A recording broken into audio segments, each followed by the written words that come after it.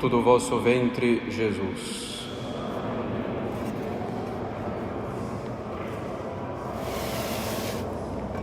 Podem sentar-se. É para mim uma grande alegria sempre poder visitar os nossos apostolados como superior do distrito, visitar os padres e também, claro, conhecer melhor os fiéis que frequentam o apostolado do Instituto Bom Pastor. Então, uma grande alegria, peço que contem com as minhas orações, que rezem também por nós, no Instituto Bom Pastor, aqui na Arquidiocese de São Paulo, mas também por todo o Brasil, América Latina e por todo o mundo. Caros católicos, nós vivemos tempos de calamidade dentro de nossa Igreja. Como sabemos, a Igreja é santa e santificadora, imaculada, sem mancha, esposa digna de nosso Senhor Jesus Cristo. Porém, ela tem membros pecadores, nós mesmos, membros que pecam precisamente na medida em que se afastam de sua doutrina, de sua liturgia, de sua moral. Vivemos tempos duríssimos dentro da Igreja, que passa por uma de suas maiores provações na história. Ela passa por uma de suas sextas-feiras santas, para não dizer que ela passa pela sua sexta-feira santa. Muitos querem mudar a constituição divina da Igreja, fazendo dela uma sociedade igualitária, colegial, outro nome da moda que se queira dar, como se Cristo não a tivesse instituído como uma sociedade hierárquica, monárquica. Cada vez que se pretende mudar a constituição divina da Igreja, ainda que seja somente na prática, cada vez que se pretende fazer dela uma sociedade igualitária, há um prejuízo para todos os membros da Igreja, para o clero e para os fiéis. É sempre ruim para um ser ter de agir de modo contrário à sua natureza. Querer que a Igreja se porte de modo contrário à sua natureza divina é um mal. Quem sofre são as almas. É curioso que muitos católicos, mesmo sérios e de vários horizontes e por caminhos distintos, vendo, infelizmente, a defecção de uma parte do clero quanto à doutrina, quanto à moral, passa a querer uma Igreja orientada por leigos, por grupos de leigos, como se fossem independentes da hierarquia, negando a esta um poder realmente diretivo, e que seja de um lado ou de outro.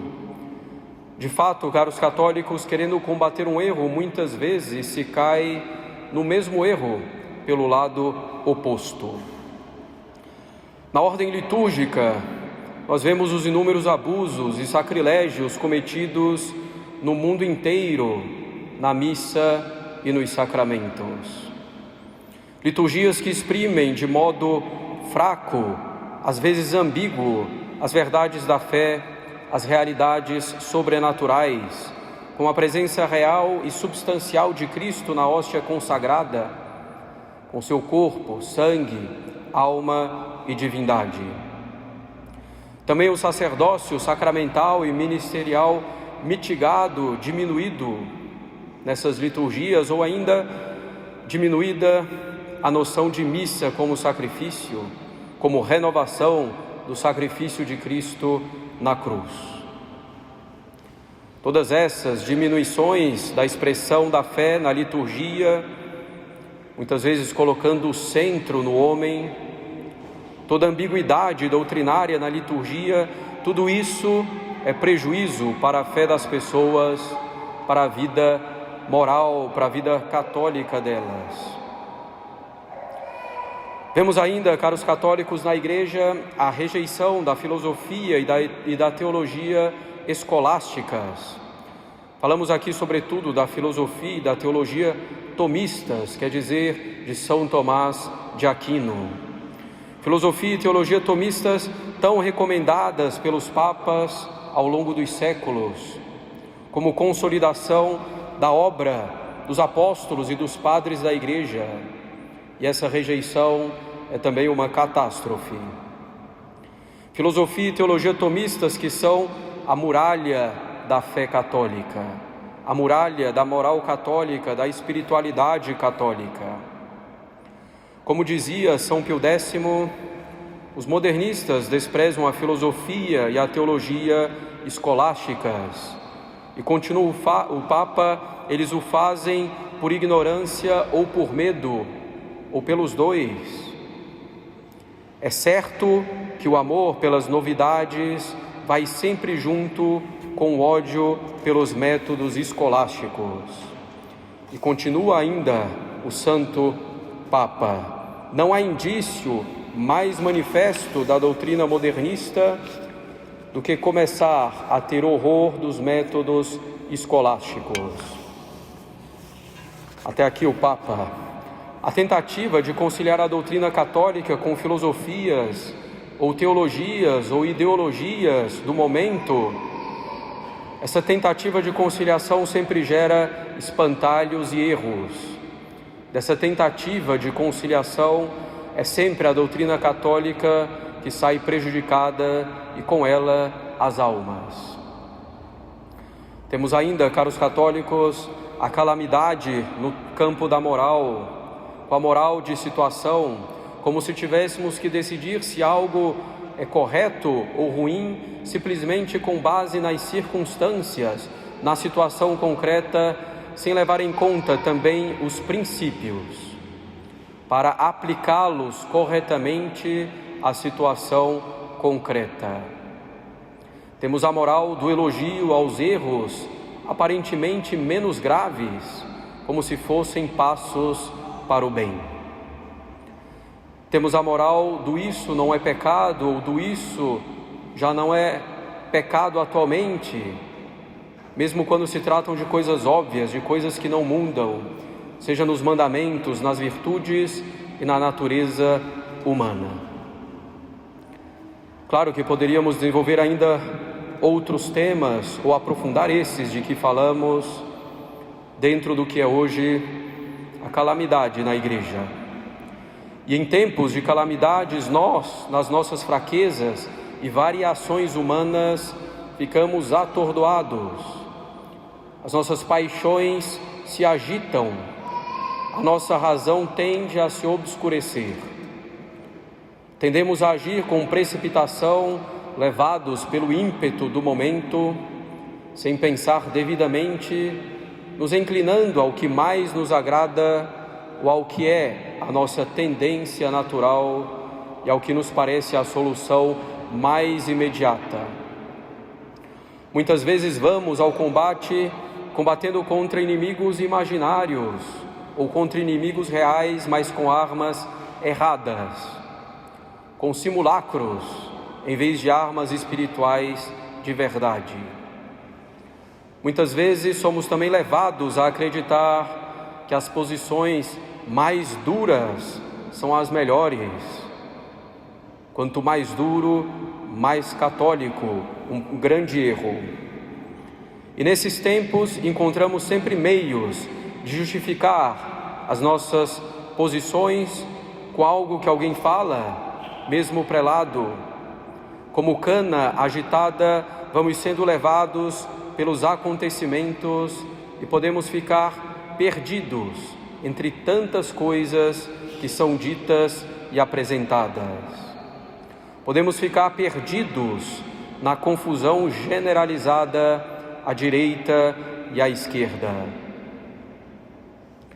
Caros católicos, nós, padres do Instituto Bom Pastor, como todo padre católico deve fazer, nós procuramos em nossos apostolados em terra de Santa Cruz nos manter fixados em Cristo na Igreja e na doutrina católica de sempre, constantemente ensinada. Devemos, nesse tempo de confusão, reconhecer a mão de Deus, que governa o mundo, todos os detalhes, das coisas aparentemente mais insignificantes às coisas mais relevantes para a história da humanidade. Deus governa tudo. Deus governa o mundo também pelos males e calamidades que Ele permite, para daí tirar bens maiores. Cabe a nós saber aproveitar esses males que Deus permite para bens maiores.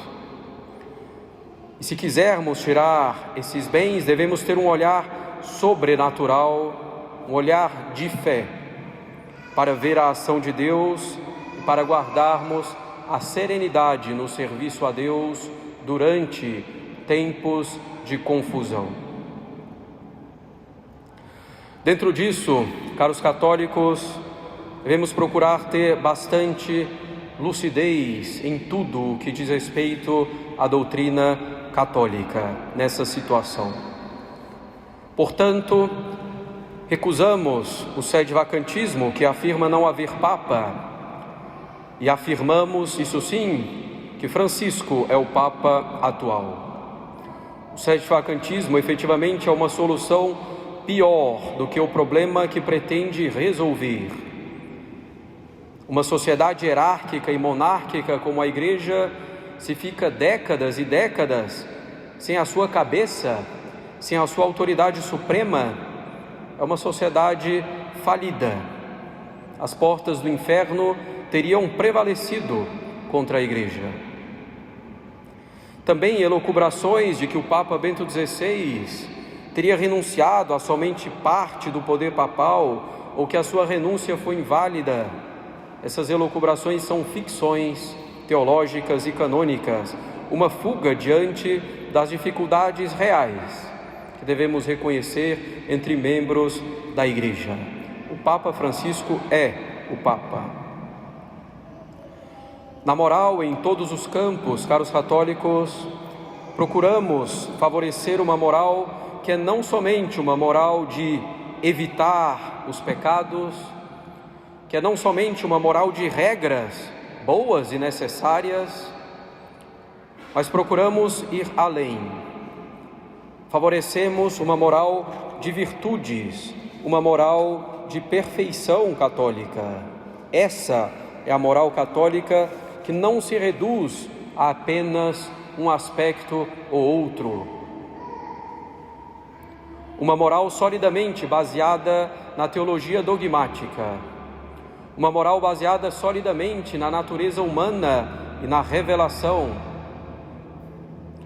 Nas situações novas e difíceis que sempre aparecem ao longo do tempo, é preciso agir com prudência, reflexão, com os princípios da boa teologia moral, considerando os ensinamentos constantes da Igreja.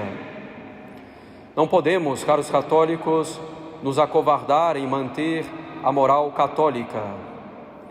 Como padres do Instituto, devemos permanecer vigilantes para não ficarmos nem aquém da moral católica e também para não irmos além dela.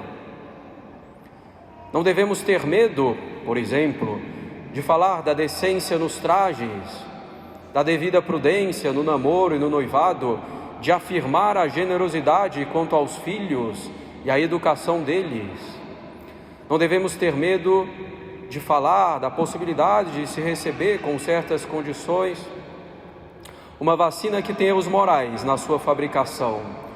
Não devemos ter medo de afirmar que é pecado mortal faltar à missa de domingo ou de afirmar que muitas das diversões modernas, como filmes e séries, são incompatíveis com a vida cristã. Não devemos ter medo de favorecer verdadeiramente a santidade, de indicar a vida de oração e a meditação católica como meios para isso.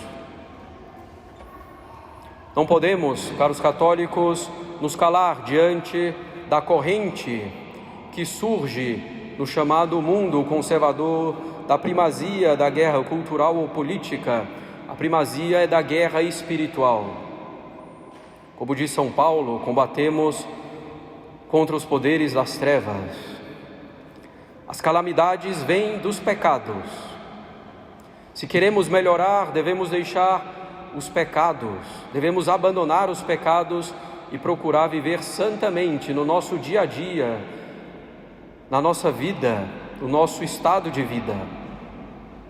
Para procurar a santidade do maior número, é preciso que a fé católica seja solidamente ensinada, bem como a moral católica. É preciso favorecer a vida de oração.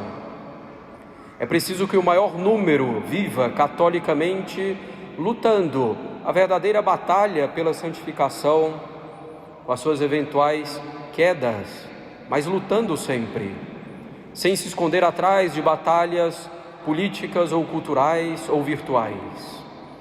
A guerra é espiritual em primeiro lugar. Muitos católicos, entendendo talvez mal a passagem em que Nosso Senhor diz que os filhos das trevas são mais espertos que os filhos da luz, querem utilizar os mesmos métodos dos filhos das trevas em tudo. Não percebem que muitas vezes, ao utilizar os métodos deles, já estão usando as ideias e os princípios errôneos que estão por trás das ideias. Muitas vezes, ao usarmos os mesmos termos dos inimigos da Igreja para combatê-los, ou ao usarmos as mesmas estratégias que usam, ou ao combatê-los simplesmente no mesmo terreno em que nos atacam, ao fazer isso já caímos na cilada inimiga. A guerra espiritual é a primeira e mais importante, e daí é que passamos a influenciar a sociedade. Ainda, caros católicos, outro problema é a ilusão do messianismo político. Muitos ficam esperando um grande político, um grande monarca, o presidente que tudo vai resolver e que tudo colocará nos eixos. Alguns esperam isso de políticos que nem sequer vivem uma vida minimamente ordenada quanto aos princípios católicos. A providência escolhe os heróis que ela quer. Pode ser alguém, inclusive no claustro, com uma vida ignorada, mas santa e agradável a Deus, e que obtém as graças para cristianizar um povo. Muitos católicos efetivamente colocam a esperança em algo externo, a mudança de um prelado, de um papa, de um bispo, a mudança de um padre, de um presidente, ou a mudança da forma de governo, fazer a guerra cultural, ter um líder que indique infalivelmente ou quase infalivelmente todos os caminhos em tudo. Muitos ainda ocupam-se demasiadamente com o demônio, com suas ações, com seus engodos. E preocupando-se demais com essas coisas, são eles mesmos enganados, desviam-se do essencial.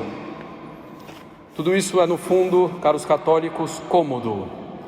O difícil é mudarmos nós mesmos e nos mantermos fiéis a Cristo e à sua Igreja em tudo, sem querer nos mostrar ou aparecer, mas com humildade e serenidade. Nós, no Instituto Bom Pastor, na nossa humildade, na nossa fraqueza, desconfiando de nós mesmos, procuramos nos manter nessa fidelidade à Igreja, à sua Constituição divina.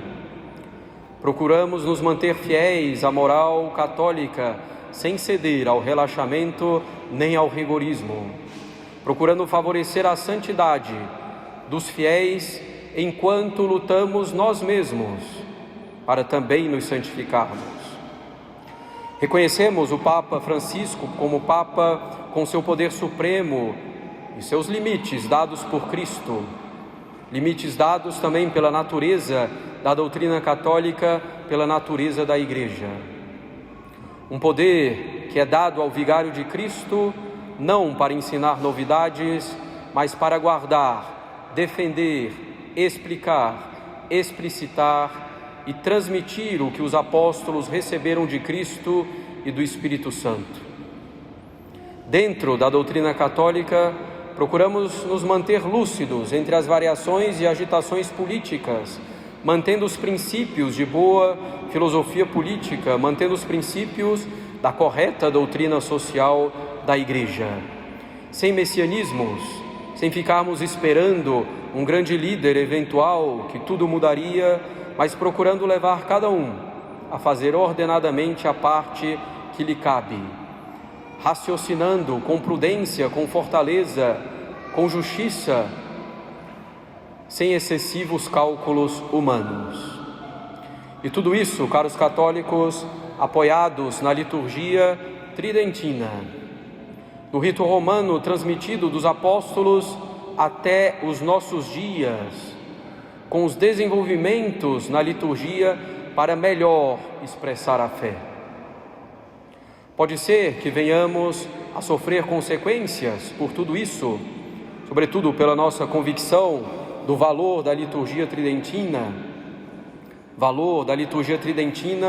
para a fé, para a moral, para a vida de virtudes, para a santificação, para o bem da sociedade eclesiástica e civil. Essa liturgia, com tudo o que ela traz consigo, foi a missão dada a nós, do Instituto Bom Pastor, pela Santa Sé. E nela, pela graça de Deus, permaneceremos até o fim, sem abandoná-la diante de nada, se Deus nos der essa graça. Rezem pelo Instituto Bom Pastor, pelos seus padres e pelos apostolados no Brasil e no mundo. Nós não temos, caros católicos, uma missão particular, mas é a missão, no fundo, de todo padre católico, que todo padre católico deveria reconhecer. Rezemos uns pelos outros. Em nome do Pai, do Filho e do Espírito Santo. Amém.